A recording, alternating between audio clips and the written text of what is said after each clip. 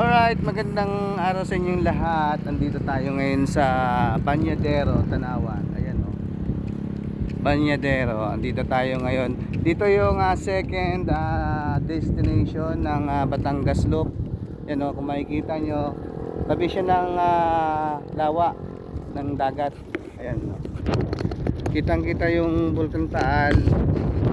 Dito yan, napaka-fresh yung ano dito, napaka-fresh ng hangin na mainit. Ayun si kuya oh.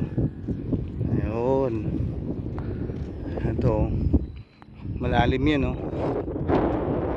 Sabi po, daming ano, tilapia. Alright, so napadaan lang kami saglit. Ito yung t-shirt ko, Batangas Loop, syempre Shipa. Alright, yung kasama natin dati yung Team Gili and Team Zebra. Diyan kami oh, galing. Okay, this is it, pansit. Yung si kuya oh, namimingwit.